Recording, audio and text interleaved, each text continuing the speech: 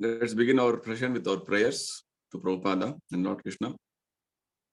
Nama Om Vishnu Padaya Krishna Preshtaya Bhutale Srimate Bhakti Vedanta Swaminiti Namine Namaste Saraswati Deve Gauravani Pracharine Nirvisesha Shunyavadi Paschatya Deshatarine Jaya Sri Krishna Chaitanya Prabhu Nityananda Sri Advaita Gadadhara Srivasadi Gaura Bhakta Vrinda Hare Krishna, Krishna Krishna, Hare Hare, Hare Rama, Rama Rama, Hare Hare. Shri Shri Radha Vrindavan Chandra ki Jai, Shri Shri Nitai Gauranga ki Jai, Srila Prabhupada ki Jai, Nitai Gaura Premanande. So welcome everybody for the Friday evening session on Bhagavad Gita overview. So we're discussing from chapter 2. Today there will be, I had made a presentation actually to show all of you, but unfortunately, technology glitch, so I'll not be able to show. We'll share next time. But nevertheless, I will try to read from the presentation whatever best possible, so that we can understand the subject matter. Okay. So I want all of you to keep your copies of Bhagavad Gita in front of you when we are discussing the subject matter. Okay. So we have been discussing from Bhagavad Gita, chapter 2. So chapter 1 was more or less like an introduction to the entire text, wherein the background of why Bhagavad Gita was spoken is made very clear for us. Arjuna, who has come to fight on the battlefield, has himself told Krishna that you please take the chariot in between the two armies. And after seeing the armies on either side, he became overwhelmed with compassion and he became bewildered. So his bewilderment and his confusion led to his not fighting on the, he's taking the decision of not fighting. So this made Arjuna surrender to Krishna to seek his advice as a disciple. And Krishna, in that way, further took the position of spiritual master and started giving wonderful instructions. That is what is Bhagavad Gita. The second chapter is more or less the contents of the Gita completely summarized. So we have so far understood from the verse number 1 up to verse number 58 in this chapter. The first section was basically, again, the talks between Arjuna and Krishna continued. And after that, Krishna, when Arjuna is surrendered to Krishna as disciple, Krishna takes the position of spiritual master and starts giving wonderful instructions. The first instruction Krishna gives, which begins from verse 11, is about the soul, the nature of the soul, jnana. He gives a complete analysis of who I am and what is this body. Like this, nicely 20 verses speak about the nature of the soul, nature of the body. And the next 8 verses, from 31 to 38, Krishna spoke about what is known as karma, wherein people have to perform their duty when they get a body, and whatever specific duties they have to perform is all depending on the natures, the various other influences which we are going through in our present situation. So Arjuna was hesitating to fight because Arjuna was thinking, if I fight, actually I'm going to do a big calamity. I'm going to bring a lot of calamity to my family. But he was not understanding that fighting was his duty and responsibility. So Krishna was trying to explain to Arjuna that as a Kshatriya, he has to fight. It has no other way. He cannot run away or he cannot go back in his duties. That was the third section of this chapter. And the fourth section was actually about the Buddhi Yoga or Krishna consciousness, Bhakti Yoga, wherein Krishna was explaining that more than having knowledge about who you are. And also, more than performing your duties, the best action will be to perform activities for satisfying Krishna. Why? Because as spirit soul, we are part and parcel of Krishna, and we have to perform our duties in Krishna consciousness. Or, for that matter, this is a natural situation of the spirit soul. And Krishna was explaining about the wonderful characteristics of Bhakti Yoga. He was mentioning that by performance of Bhakti Yoga, you will be freed from bondage of work. And by performance of Bhakti Yoga, there is no loss or diminution, but rather only gain on this path. And one will be saved from the greatest danger, Krishna was mentioning. And to do this, we need to have a strong determination, one-pointed determination. And one who is not having such a determination, he'll be many branched, or rather he'll be scattered. That's what Krishna was mentioning. And further, Krishna also mentioned that performing actions like this in Krishna consciousness will relieve you from the reactions of all the good and bad actions. And also, it will relieve you from cycle of Janma Mrityu, Krishna said. So like this, Krishna was explaining the importance of performance of Bhakti Yoga and why Bhakti Yoga has to be performed. And finally, Krishna mentioned that it will bring you to the level of Samadhi, or a constant relationship of your relationship with Krishna will be revived in a proper way, Krishna was mentioning. So finally, we'll see in this whole Bhagavad, the second chapter of Bhagavad Gita, Krishna is going to explain the performance of Bhakti Yoga is going to take us back to Godhead, or give us the position of returning back to spiritual world. So that will come later towards the end of this chapter. But meanwhile, while Krishna was explaining about Bhakti Yoga, Arjuna came up with 4 questions. What are the 4 questions? We discussed in our previous 2 sessions.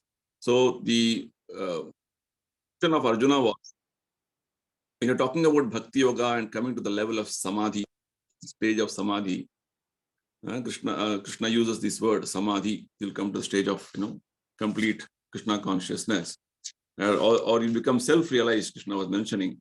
So Arjuna's question was, I would like to know the symptoms of a person who is self-realized, or a person who is acting in Bhakti or Buddhi Yoga.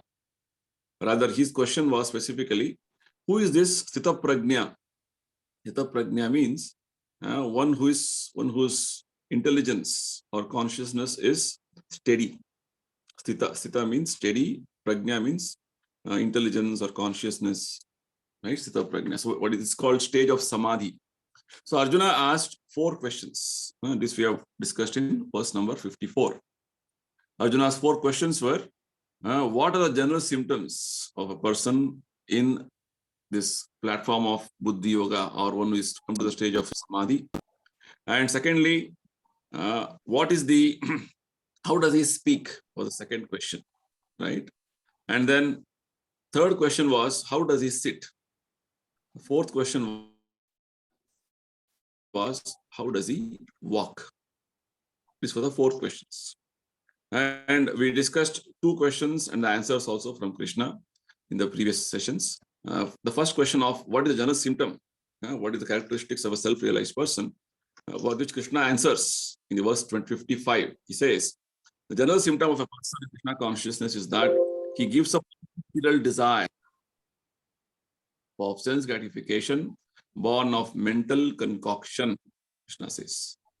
Anything which is actually giving sense gratification, or rather any thought about sense gratification, any desire for sense gratification, the devotee or other person who is practicing Krishna consciousness, he gives up. So in that way, that person is actually freed from all distractions and all disturbances which is caused generally from the other external sources. And he's only situated, rather Krishna says, in this way, his mind is so purified. He finds satisfaction in the self alone, Krishna was telling. Basically, a person, any other engagement other than serving Krishna. So this type of a situation is what we're supposed to be always having, right? So Krishna says,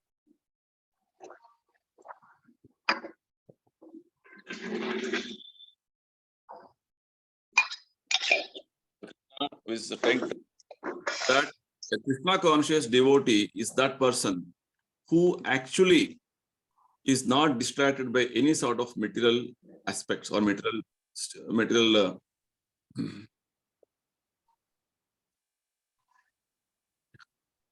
क्या हुआ भैया खत्म हो गया ये भी नहीं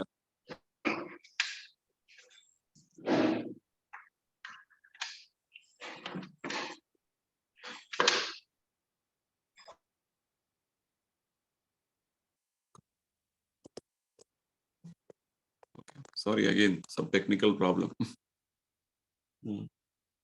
sorry.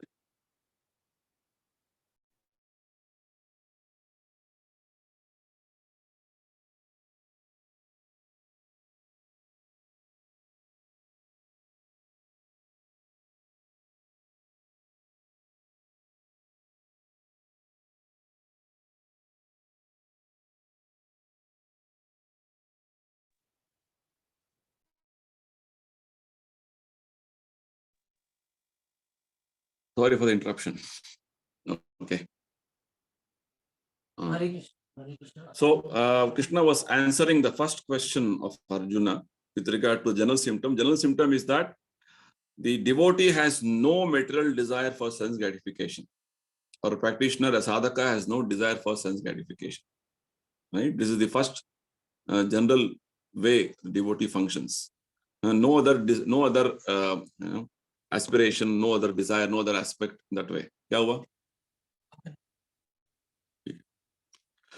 And the second question of Arjuna was, how does he speak? Right? So how does he speak? Basically means what is his disposition to the outside world? How does he interact? Or how is his emotions towards the various various other responses from the outside world? Happiness, distress, then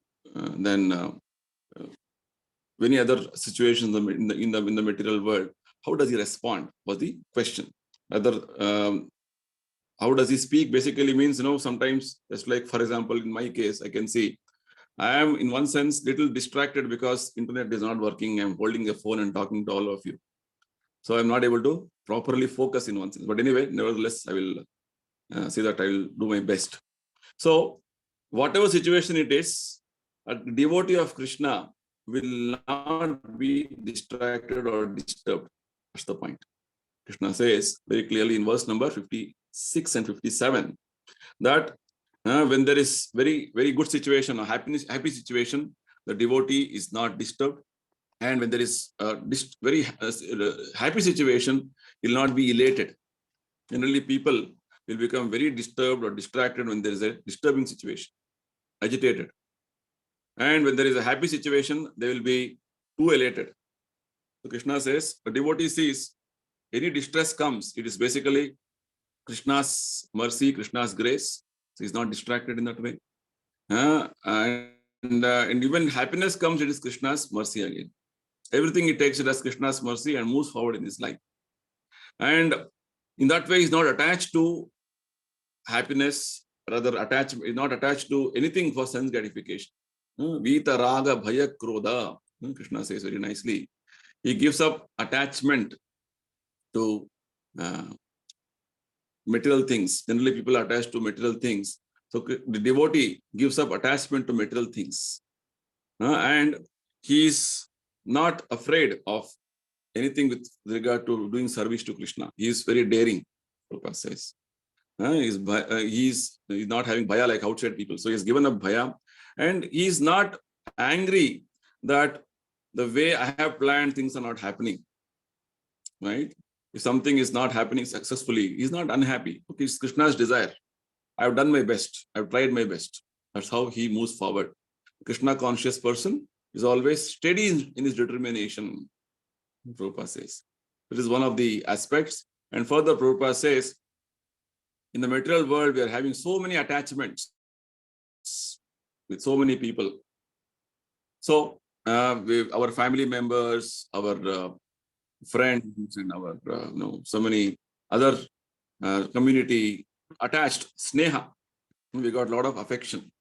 So, Prabhupada says in the purport very nicely, he's doing his activities just as a matter of duty, not with too much attachment, how outside people work.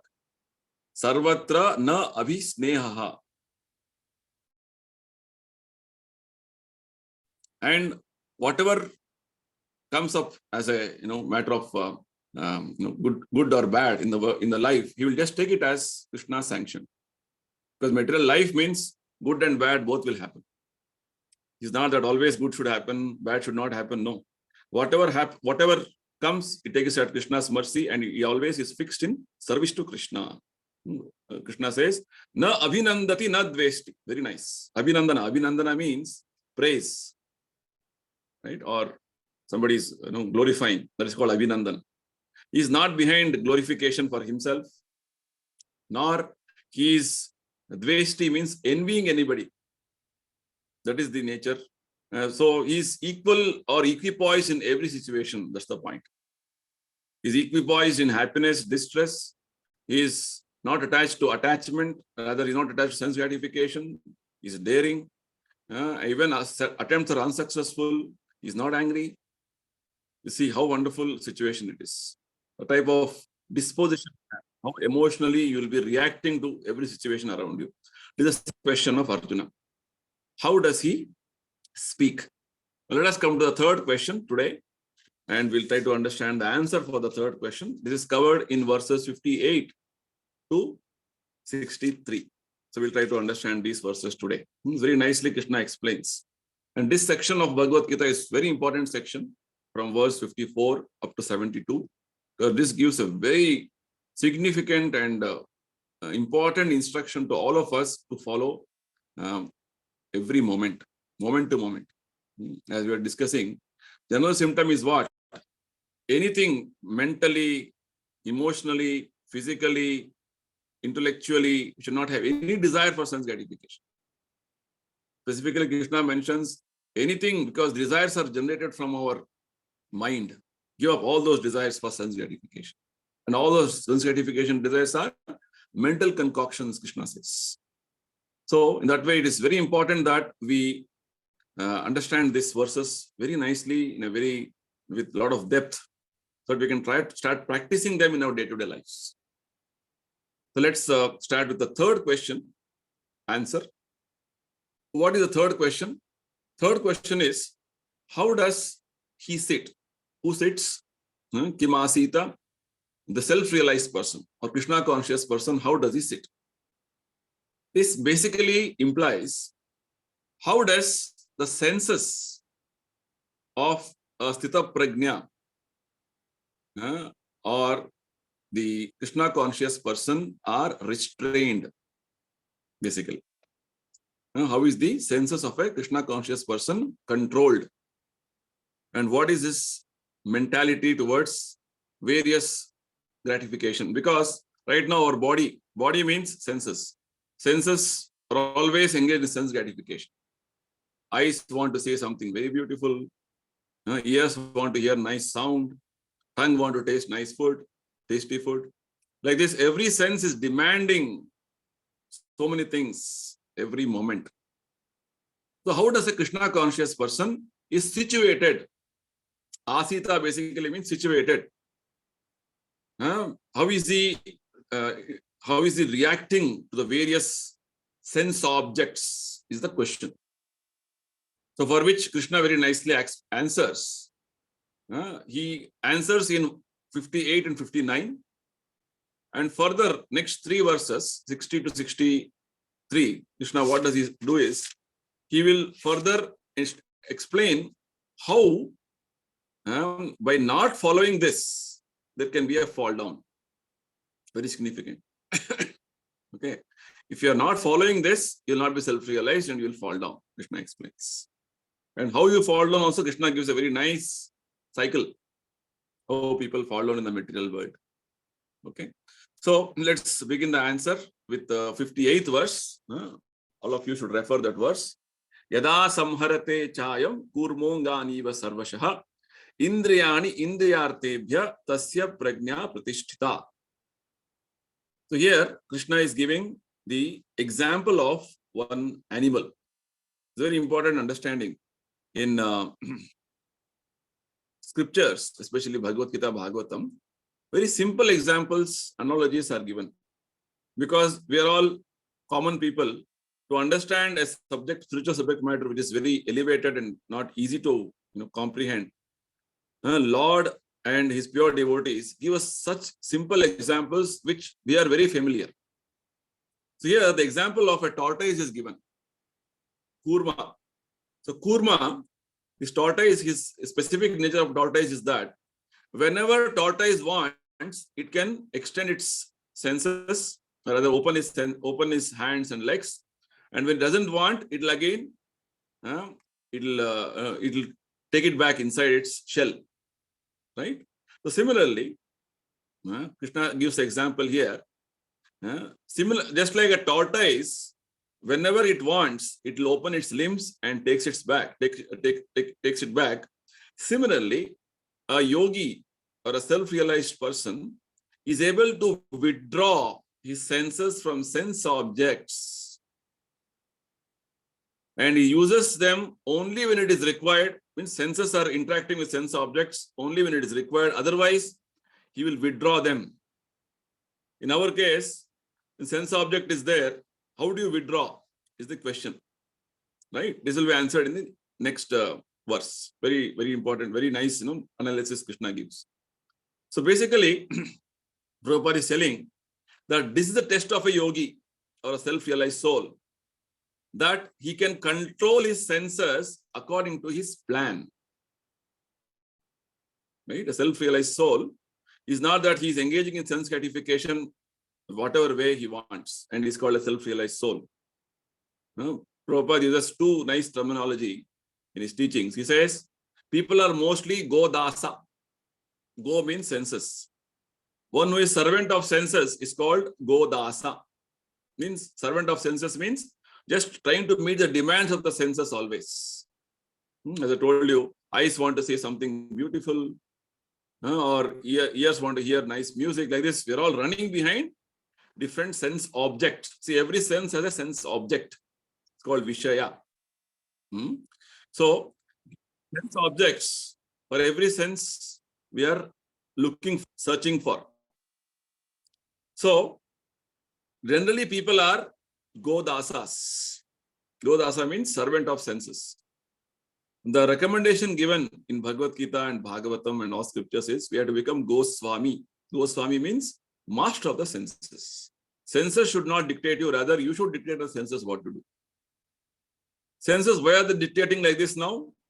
To enjoy sense gratification, because that is how they are conditioned from so many lifetimes, millions of lifetimes. So Prabhupada says that we are right now servant of our senses. There's a nice statement by Rupa Goswami. He says, Kamadinam katina palita dunnidesha. Means Kama, Krodha, Lobha, Moha, Mada, Matsarya. Lust, anger, greed, illusion, madness. Like this, we are servant of these various sense gratificatory sensations. Right? So, in that way, we are running behind them life after life, every moment to serve them and hear their bad directions. Bad directions going on now. Right? So, Krishna says here specifically, a self-realized soul doesn't simply engage his senses anywhere and everywhere. Right? So, the answer to the question of Arjuna, how the yogi is situated, how he is able to restrain his senses, basically, is that a yogi can use the senses only in the service of Krishna whenever it is required, and when there is no service of Krishna, he withdraws it. What does he do when there is no engagement of Krishna consciousness? Prabhupada says there is no dearth of Krishna consciousness engagement. 24 hours you can be engaged in Krishna's service. Prabhupada says very nicely. He made this statement in the very early days when he went to America. He used to tell all the different youth who are coming to him to hear him. See, I am always busy. Either I am writing, or I am singing, or I am cooking. I am preaching. I am talking to you people. Like this, 24 hours I am busy. Even sleeping.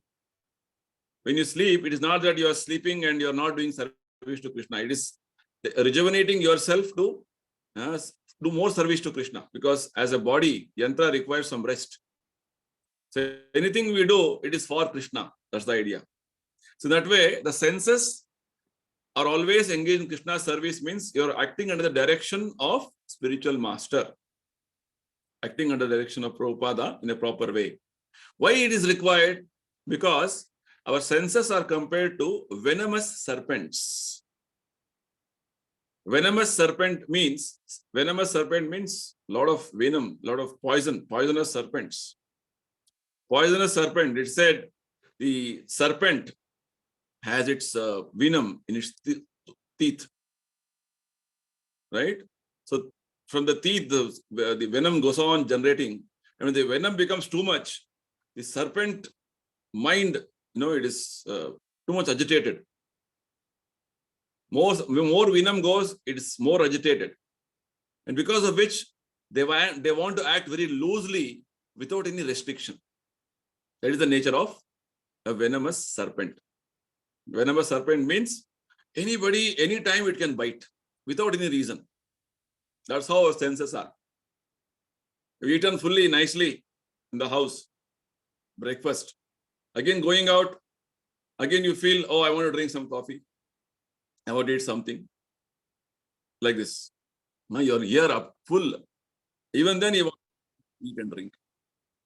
That's how it is. So every sense always demands this more and more gratification. That is called acting loosely without restriction. That's why they're compared to venomous serpents. So the devotee or the yogis, they are not acting like this independently. Right? They are regulating their actions of the senses. That's the point. So there are many rules, regulations. They're called yama, niyama, do's, do nots. Right? All of them they follow strictly with regard to moving forward in their spiritual life. They don't want to act very loosely in terms of their actions of the senses, because senses, whatever they say, go on acting, then it will only lead you to destruction. They say, like Bhaktivinoda Thakur, he gives us a nice prayer. Before honoring prasadam, we're supposed to chant this prayer. He says, Tara madhye jivha ati lobho mai sudurmati. Of all the different senses, tongue is the most difficult sense to control because it is very greedy in terms of eating and talking. So especially eating, right? So Tara madhye jivha ati lobho mai sudurmati krishna vadadayam. Sarira abhidyaja jodendriya tahekal. Bhaktivinoda Thakur says that this body, Sharira, is a network of ignorance. Why? Because this body is an external covering. That's what Krishna has been telling us. We are embodied. We have got a dress around this soul. So this body is a network of ignorance. Sharira abhidyajal jodendriya taheka. Again, kal means serpent or time. Time is always destroying everything. So this kala sarpa is destroying our life. So this body is a network of ignorance, is leading us to ultimate death again and again repeatedly. Sharira vidyajal jodendriya tahekal, and the senses are driving towards that ultimate death, jodendriya tahekal. So in that, like this complete entanglement of cycle of birth and death, we have fallen in the cycle of birth and death. Jiva phile vishaya sagare. Vishaya sagare means in the world of sense gratification, Jiva has fallen. Right? Like this, our situation is so vulnerable. So if you don't follow the rules, regulations as given in the scriptures with regard to how to conduct ourselves, with regard to what to do, what not to do, how to be situated. See, anything for that matter, any situation, there are rules, regulations. Say a simple example of traffic. Traffic, there are do's and don'ts. When you take a vehicle on the road, there are do's and don'ts. If you don't follow that, what will happen? You will put yourself in danger and others also in danger. Right? Like this, for anything you do in the material world also, there are so many do's and don'ts. And when you are boarded the flight, before the flight takes off, the air hostess will be telling so many things. Do this, do not do this, do not do this. Why? Because if you don't follow that, it will disturb you and everybody else. The whole flight will have problem. So, in the same way, in the spiritual life also, it is important that if you want to move forward in spiritual journey, we are supposed to follow the do's and don'ts. All this is meant to see that we become Goswami, because otherwise senses are what? Senses are like venomous serpents. They act loosely without restriction. Right? Left to itself, it will just go on acting madly. It will consume you. It will kill you. That is the whole problem.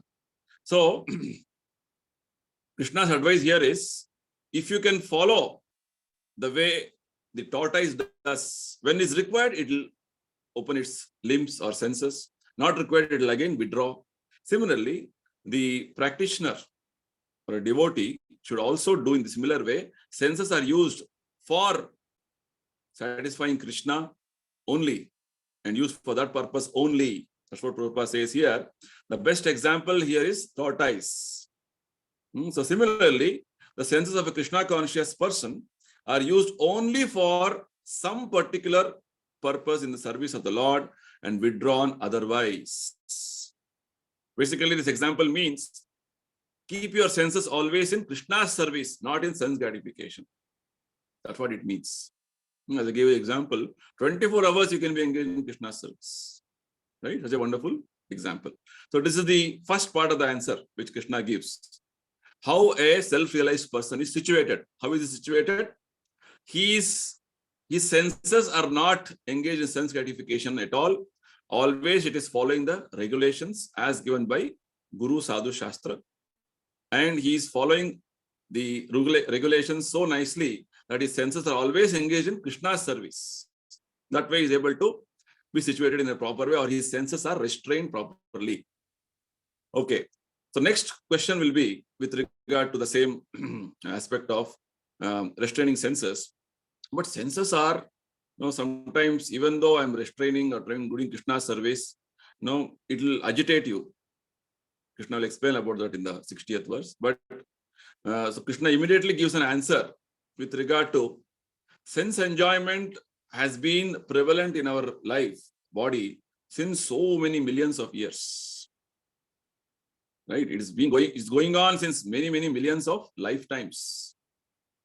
So it's not that we can immediately give up sense enjoyment so easily. That's what Krishna says. He says that the embodied soul may be restricted from sense enjoyment. Verse number 59. Niraharasya dehinaha. Rasavarjam. Okay.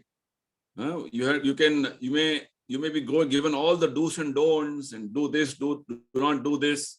Ekadashi, don't eat grains. All these restrictions are given. But the taste for sense enjoyment always remains. The taste for sense enjoyment always remains. Rasopi asya. Krishna uses the word. So, Prabhupada gives a very nice example. It's like when you are sick, you become a patient with some ailment. Lot of restrictions doctor gives you. Right? If you are diabetic, the doctors will say, okay, don't eat sugar, don't eat that, don't eat this, so many restrictions. But the patient will not lose his taste for the eatables.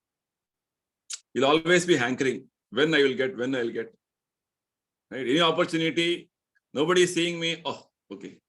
Satisfy. So like that, our things are like that with regard to sense gratification. So very nicely Krishna explains this very, very subtle aspect of how even though you may be restricted from sense enjoyment, or you may be told not to do this, but the taste for sense enjoyment remains. It's a very important point Krishna is making, because in Bhagavatam we'll see, Krishna, it is explained nicely. All of us as conditioned souls, starting from Ant to Brahma, have three tendencies. It's called Loke, Vyavaya, Amisha, Madhya, Seva. Means we are having the tendency to enjoy sex. Vyavaya, Amisha. Amisha means meat eating. And Madhya, Seva means intoxication. So these three tendencies are always there in any living entity. Prabhupada gives example of ant. Why ants are so much behind sugar or sweet? In your house, just now you have brought one nice sweet packet or kept some sugar somewhere. But ants find out wherever it is and will go and start attacking. Why? Because after eating sugar, they get intoxicated. And that they like. That's how the human society is. Just understand what all humans are doing. Intoxicating themselves, eating meat, enjoying sex life, and gambling. 4 things. They're all busy in these things. So the restrictions are there in human society. You should not do this, you should not do this. But even then, people want to do it. Or rather, they have the desire to do it. Any opportunity, given opportunity. So Krishna explains in this verse that this restriction of sense enjoyment may be there, though the taste for sense enjoyment, sense objects is always within our heart. How do you give up this? It's a very important aspect, very important principle, which Prabhupada always mentions. Here, Prabhupada uses the word, one important word known as higher taste. He says, Param drishtva nivartate vishaya vinivartante.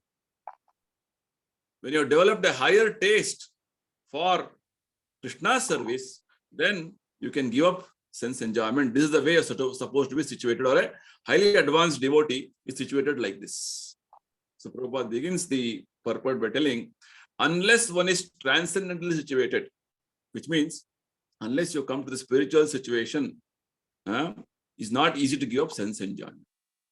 Which means if you are still having inclination for sense enjoyment, you have to very clearly tell yourself that I am still not spiritually situated. I am still in the stage of, I am in the sadhaka stage, I am trying. Right? So I am trying. So that's what Prabhupada says. The test of a yogi, a self-realized soul, is this. These 2 verses are a test for us. Okay. So very nicely Prabhupada explains, there are many spiritual processes. Dhyana yoga, Jnana yoga, Ashtanga yoga, like this. A lot of restrictions are there. But these restrictions with regard to different yoga practices are all meant for what? To restrain you from sense enjoyment and increase your spiritual advancement. But what happens is that, Prabhupada explains in the next verse, with regard to, even though you may be engaged in different yoga processes,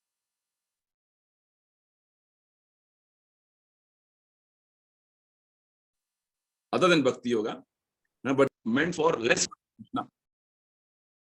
So this is the speciality of Krishna consciousness, that when you are come to devotional service platform and practiced the various recommendations as given by Prabhupada, what happens is that you will awaken your Krishna consciousness or awaken your love for Krishna. You will awaken your love in such a way that Prabhupada says you will lose your taste for dead material things. This body is dead actually. We are making it living by thinking that, oh, I am a living person. You, spirit soul, is a living person, not the body. Because as soon as spirit soul leaves this body is useless. As long as the spirit soul is there, this body is very important for you. Likewise, we are seeing ourselves as bodies and everybody else around us as bodies, and we are going on in our life like this. This is the biggest illusion. It's called Aham Mameti. I am this body and everybody else are bodies, and all of us are meant for enjoying the senses. So, Krishna conscious person has come to the platform of understanding. There is no enjoyment in this material world with regard to material bodies and material interactions. There's nothing.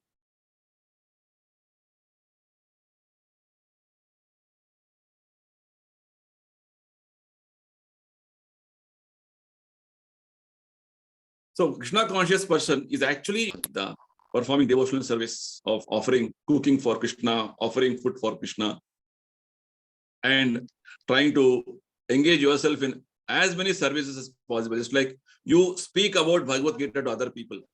Try to convince them in Krishna consciousness. Again, a very important service. One thing is you understand, and whatever you understood, try to give this knowledge to others. Now all of you are hearing. It will be very nice if you can also speak about this to whomever you can speak, whomever you can influence. The service to Krishna is called Kirtana. One is Shravana, hearing about Krishna. All of you are doing now hearing. After this, you have to do Kirtana. When you do Shravana, Kirtana, then there will be remembrance of Krishna. And this activity of Krishna or service to Krishna will give one type of a rasa, taste. This is called Bhakti Rasa. Right now, we are all busy in so many other rasas, material rasas. Right? Material rasa of socializing, material rasa of watching a movie, material rasa of going for a picnic.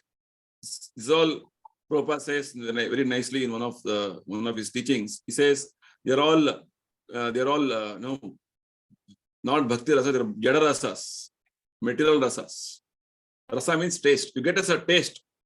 But again, what happens is you try to enjoy, you get some feeling of enjoyment, but again, that enjoyment will go away. Again, you have to go on repeating the same thing.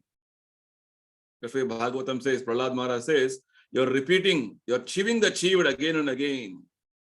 And you're experiencing, chewing the chewed means somebody has eaten and thrown away that sugarcane pulp.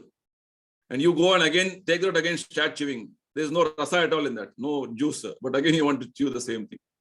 The material world, everybody is doing this, repeating the same thing again and again and again and again, no rasa. But again, they want to squeeze out some rasa. That is the problem.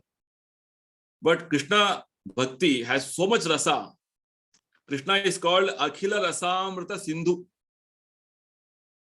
Akhila Rasamrita Sindhu means the rasa derived from Krishna's service is Amrita. It is eternal. It is ocean, unlimited. Whereas the rasa derived from any material experience is limited and temporary. It is flickering. And to get that small temporary material rasa, you have to work so hard and spoil your material energy. This is what Krishna is going to explain later on in the other chapters very nicely. So, this verse, 59th verse, is giving us an understanding that if you are properly situated in Krishna consciousness, you will not be interested in sense gratification at all. You'll reject sense gratification. You will lose taste. Actually, in one sense, all of us have developed some level of Krishna consciousness. Right? It's not that Krishna consciousness means today you are practicing Krishna consciousness, tomorrow you'll be totally self-realized. Self-realization as a gradation, step by step, step by step. It's like when you say a child is admitted to school, doesn't mean on day one you will be learned scholar. No. He has to go through different classes and gradually he has to go through different, various academic understandings. Then only at one point of time, when everything is as per the syllabus is completed, he becomes a learned scholar. Likewise, Krishna consciousness is a process, scientific process. Step by step, you have to follow gradually. And as you're practicing, Krishna says later on in the 9th chapter, that pratyakshaavagamam dharmyam. As you're practicing, you realize many wonderful aspects of Krishna consciousness as confirmed in the scriptures. I'll give you a simple example. Now, we have all begun Krishna consciousness with little faith. Ado Shraddha. Because you've got little faith, you're associating with devotees, organization, right? Sadhu Sangha. When you associate with devotees, associate with an organization like ISKCON, Prabhupada has started, they will tell you to do Bhajana Kriya. Bhajana Kriya means devotional activities. You chant Hare Krishna, offer food to Krishna, get up early morning for Mangalarati, follow Ekadashi, attend, you perform, you celebrate festivals of Krishna, like that. Many recommendations were given. When you start following that, Ado Saddha, Sadhu Sangha, Bhajana Kriya, Anartha Nivritti happens. Anartha Nivritti means unwanted things slowly start reducing. Earlier I used to be so much hankering. Any new movie release means I want to be the first person to see the movie. No, I am not so. I don't even see which movie is released. Very good, advanced. Like that. So earlier I used to be so interested in social functions. Somebody, invite me, I'll run away. But now I'm not so interested. Like this, step by step, you're advancing. So it's not black and white. It is just that, okay, my level of attraction to sense objects is not so much as earlier. Maybe I've advanced 10%, 20%. You can assess yourself. That's the point. The more you advance in Krishna consciousness, more you will feel the material things as useless and not important. That's Prabhupada is going to explain in the next verse. Now, in the next 4 verses rather, Krishna is going to explain. First thing is that what is the nature of our senses? Very important to understand. Because we are all having our senses. What is the nature of our senses? And if you don't follow the rules, regulations, rather do not follow Bhakti Yoga principles as given by Prabhupada, what will happen to you? Right? How you fall down in the material world again and again, Krishna explains. So verse number 60, Krishna explains, this is connected to the situation only. Because why situation changes?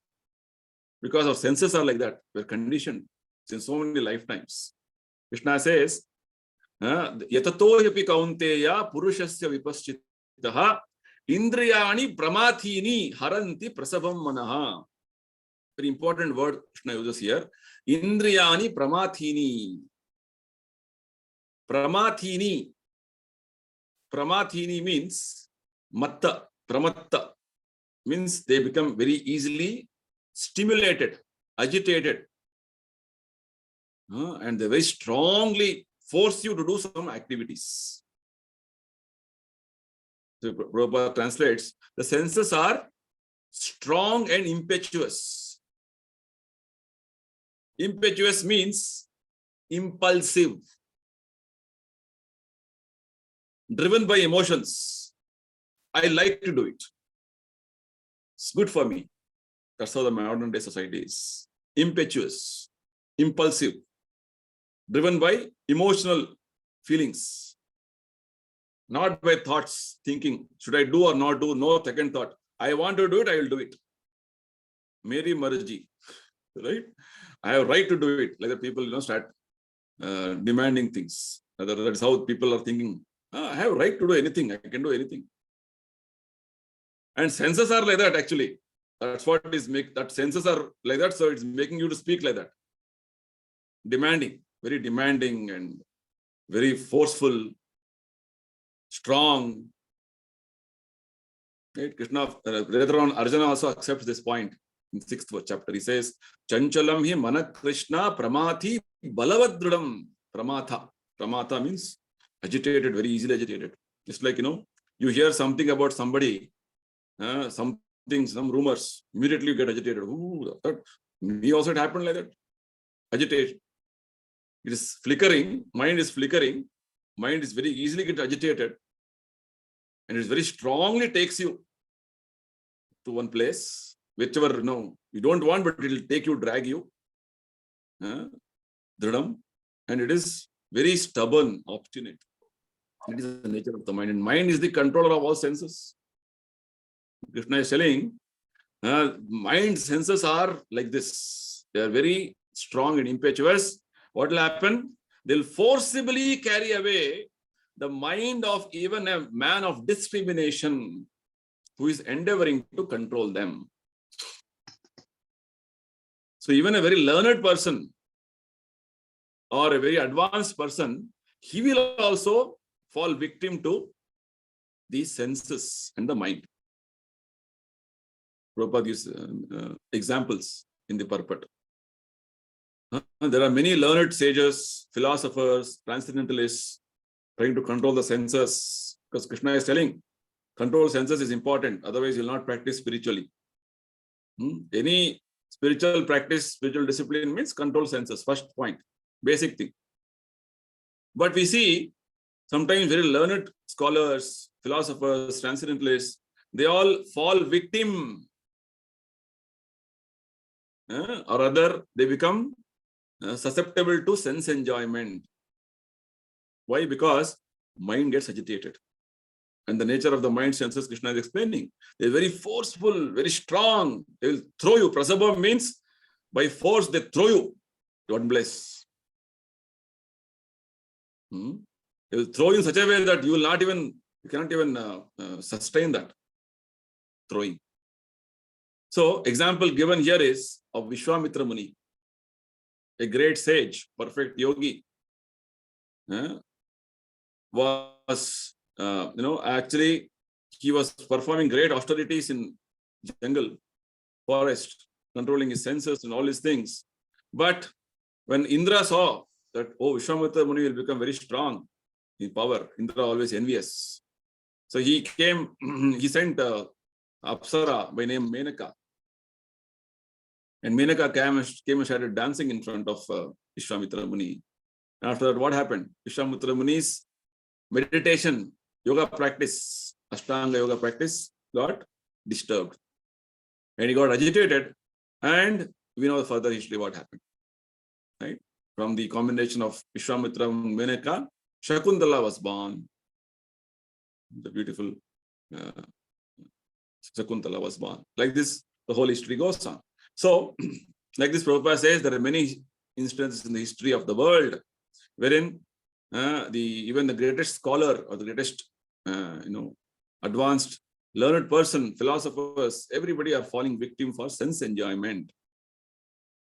So again, Prabhupada makes a statement, unless you are Krishna conscious, Param Drishtva Nivata, just like in the previous verse, 59th verse, Krishna explained, unless you come to the platform of Krishna consciousness or you're transcendently situated or spiritually situated, you cannot give up sense enjoyment.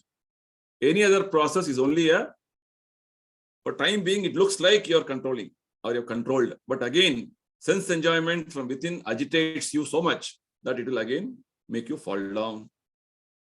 So unless your mind is engaged in Krishna consciousness, giving up sense enjoyment is not easy. That's the whole discussion here. Basically, Prabhupada is trying to tell us, consciousness is the only and only process which will actually make you completely control your senses in a way that you have better engagement for your senses.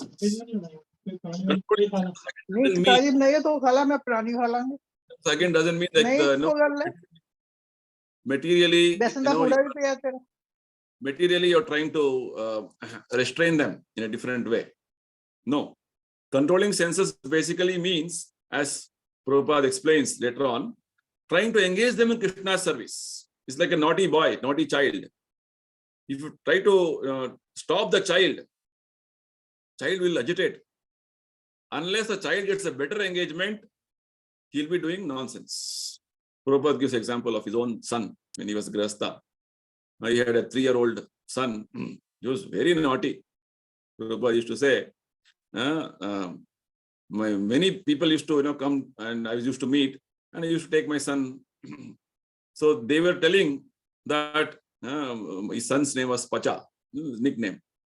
Pacha, if you can sit for one minute, we'll give you nice chocolate. So Prabhupada says that boy failed. He couldn't even sit for 1 minute.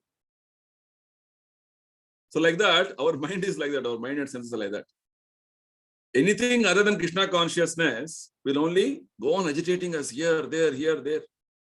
In Krishna consciousness, what is happening is, it is mind and senses are engaged in service of Krishna. Better engagement is given. That's why chanting Hare Krishna, when your mind is getting agitated, Prabhupada gives us a diamond quote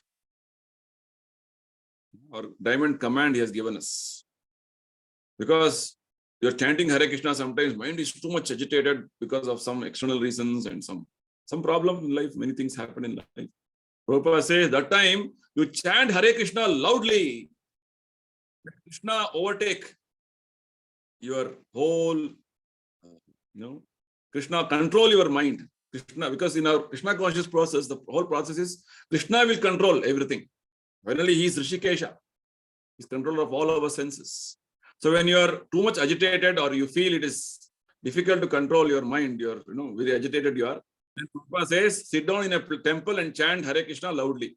Hare Krishna, Krishna Krishna, Hare Hare, Hare Rama, Rama Rama, Hare Hare.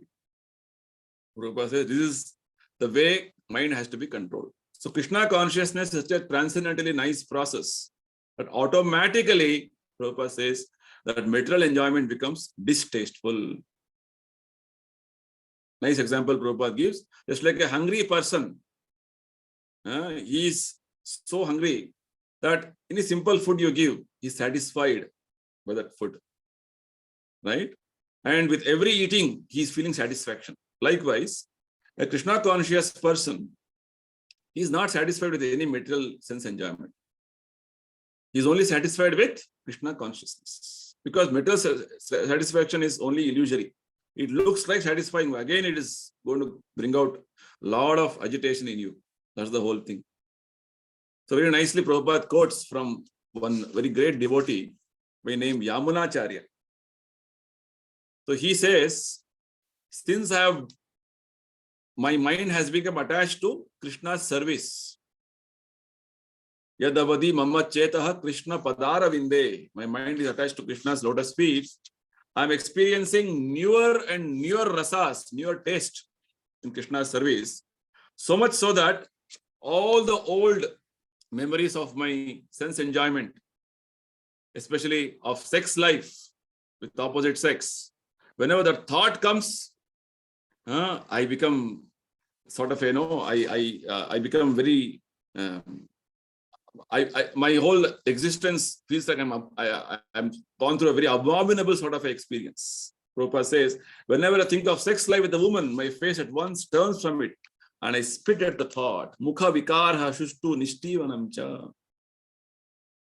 So Krishna is explaining how our senses are our instruments which are having this quality of being very strong and impulsive. Be careful. Even though you may know Krishna conscious philosophy very well, but if you are not practically following Krishna conscious philosophy in your life, then again they will make you go in circles. That's the point. Right? So you have to develop the taste for Krishna consciousness. Rasa varjam rasopyasya param drushva nivartate.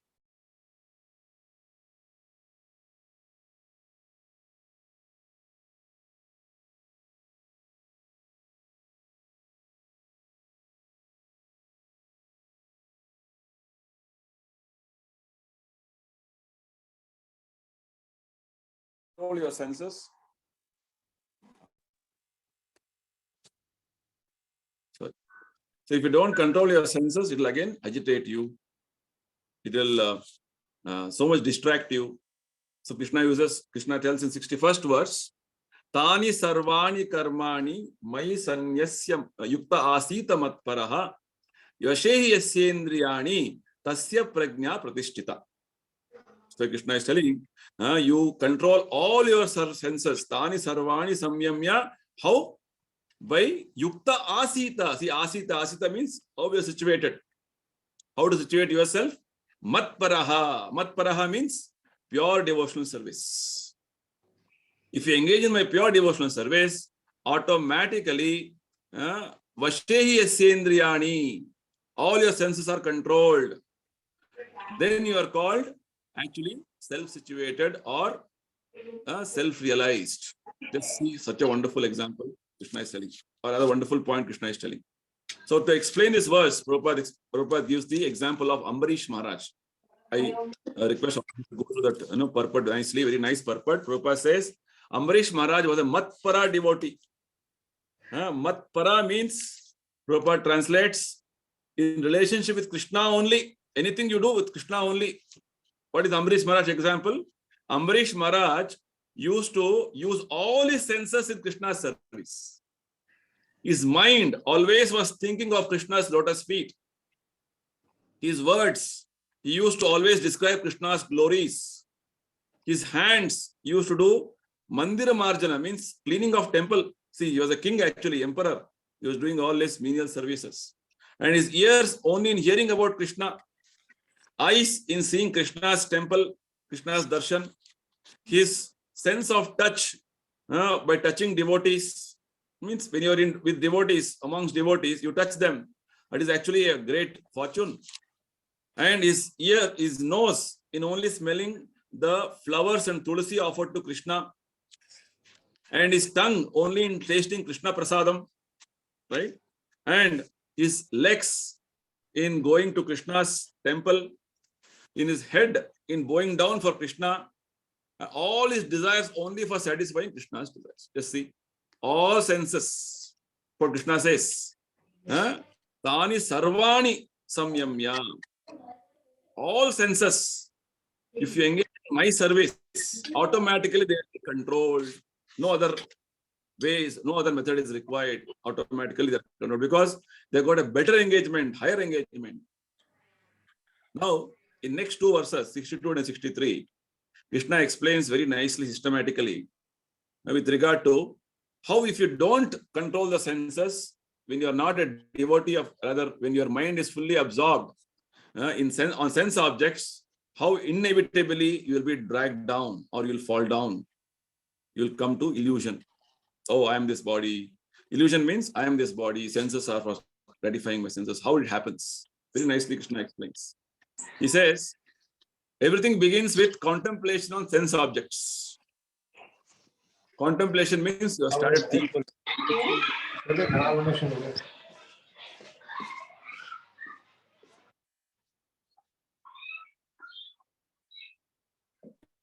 So,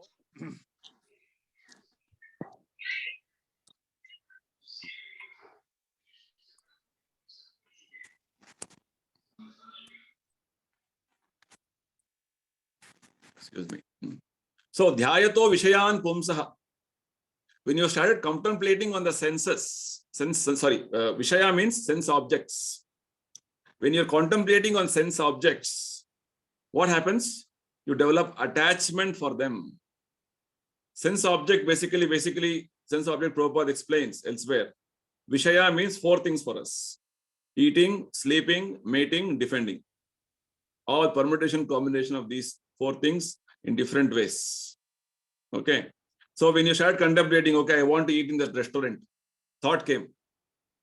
Start thinking so nicely, deeply, I want to eat there only, I want to eat, desire. Then what happens? You develop attachment for that. Sangas teshu pajayate. Once you develop attachment, then what happens? Sanga sanjayate kama. The intensity to enjoy that particular thing will go up like anything. Kama means intense desire to enjoy. Right? The intensity to enjoy sense object increases. So much so that you are hankering for that. So by contemplation of sense object, you develop attachment. By attachment, you develop what is called kama. Kama means lust. Lust means intense desire or hankering to enjoy.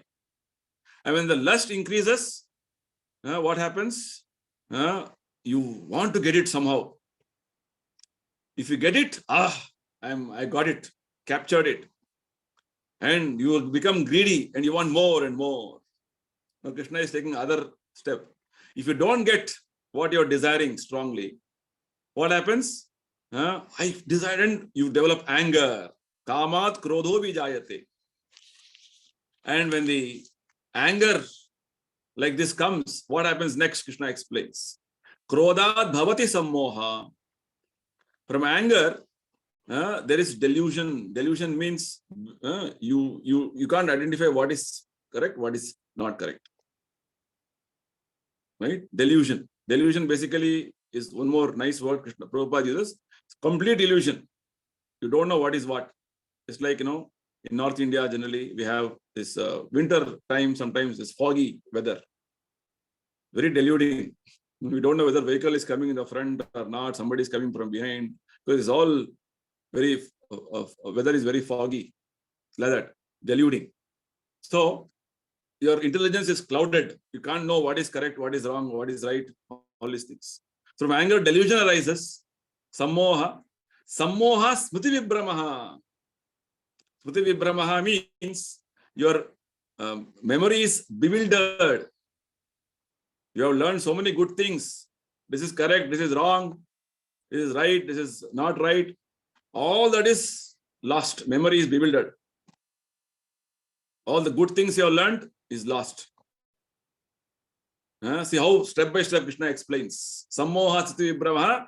Smriti brahmashat buddhi nasho. When smriti brahmana happens, when bewilderment of memory happens, intelligence is lost. Intelligence is that faculty in our existence which is going to give you direction, what is correct, what is wrong. When intelligence is lost, what happens? You fall down into this material world. That's what has happened to us. Like this, the cycle is repeating again and again and again and again and again and again. Okay, so we'll discuss more on this in our next session and move forward and try to complete in our next session about this, the last question of Arjuna. How does he walk? Right? So that question will be answered from verse 64 onwards. But here, verse 62 and 63, Krishna is explaining the cycle of fall down. How we come into illusion. How we have come into illusion and how we'll continue to continue to be in illusion. Very nice, important 2 verses in Bhagavad Gita. Right? How our cycle is going on. How we're getting pulled, how attracted, and how things are going on. Okay? So I will pause here. Anybody?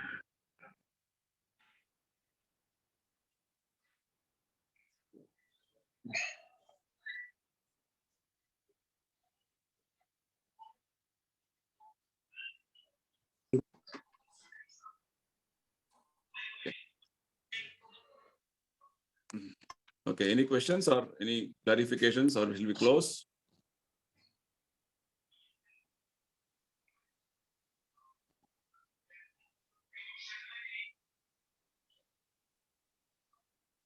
Okay. So this was from mobile. I was talking and session was conducted. The main spirit is to understand the subject matter. Instrument is only instrument after all. Either it is mobile or laptop or computer, etc., etc. Subject matter is important. Just like Prabhupada, when he went, he didn't have mobile, he didn't have laptop, he didn't have any gadget, but he preached and he established a worldwide movement. Right? All the different gadgets, different instruments should be used in Krishna's service. That's what Prabhupada has taught us. So, Prabhupada, during the time when technology was not at all advanced or not at all available the way it is right now, he preached Krishna consciousness so vigorously, single-handedly all over the world. It's an inspiration we should take from Prabhupada's life and move forward. So today, I know there must be some inconvenience with regard to mobile moving and in between so many disturbances, distractions. That keep it aside and take the Krishna conscious part of whatever we have discussed today and move forward. That's the point I want to tell before I close. Yeah. Okay. Thank you. Hare Krishna. Hare Krishna. Hare Krishna, Prabhuji. Hare Krishna. Hare Hare Krishna, Prabhuji. Thank you. Hare Krishna.